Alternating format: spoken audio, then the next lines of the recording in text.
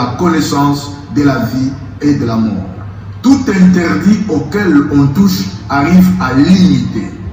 Ainsi, bien-aimé dans le Seigneur, l'homme a été chassé du jardin. Et quand il a été chassé, ça veut dire quoi? Je veux bien expliquer là-dessus. Ça veut dire que Dieu a enlevé dans l'homme l'immortalité. Cela veut dire que Dieu avait le plan de la rédemption avant même la création.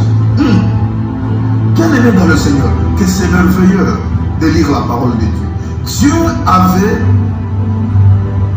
déjà avant la chute, déjà avant la création du monde, avant la fondation du monde, Dieu avait dans son omniscience la provision de la solution de la chute. Dieu avait la rédemption.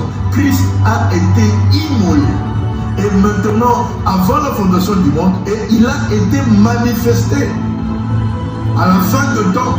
Alléluia. Et maintenant, c'est là où intervient Jean 3,16.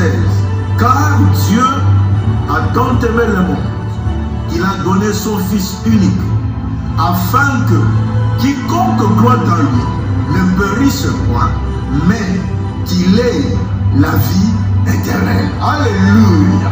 Bien-aimé dans le Seigneur, la solution divine a été préparée depuis la fondation du monde, afin que quand l'homme aura péché, Christ viendra se manifester dans la chair et Christ va racheter l'homme de son sang. Pierre le dit, il est venu pour nous racheter de la vaine manière que nous avions hérité de nos parents, et non pas par des choses périssables, mais par son propre sang. Alléluia. Bien-aimé, l'humanité a été rachetée. Et merveilleux. Alléluia. Et nous avions été rachetés de la vaine manière de vivre que nous avions hérité de nos parents. Et ça, c'est la provision de Dieu. Et ça, c'est même la rédemption, le rachat par le sang. Alléluia. C'est une solution, c'est une providence. C'est quelque chose qui a existé avant même que la chute de l'homme. Rien ne peut surprendre le Dieu que je te prêche. Rien ne peut te surprendre si tu crois en Jésus-Christ. Il connaît toutes choses. Amen. L'homme qui a été racheté. Nous passons au quatrième point pour bien comprendre la Bible. L'homme qui a été racheté, il doit subir maintenant. Suis-moi très bien. Le quatrième point, c'est le renouvellement. Le renouvellement. Pacte de la rédemption sur le racheté. Le renouvellement, c'est l'impact de la rédemption sur l'humanité. L'impact de la rédemption sur la nature en général. Quand l'homme est racheté, il y a quelque chose qui se passe en lui. Il y a un impact. Alléluia. Ainsi, l'apôtre Paul pouvait le dire dans 2 Corinthiens, chapitre 5, le verset 17. Si quelqu'un est en Christ, il est une nouvelle créature. Les choses anciennes sont passées, et voici toutes choses sont devenues nouvelles. Il y a le renouvellement. Après la rédemption, il y a le renouvellement. Et l'homme devient une nouvelle créature. Comprenons-le très bien. L'homme ne devient pas une créature modifiée. L'homme ne devient pas une créature modifiée ou améliorée.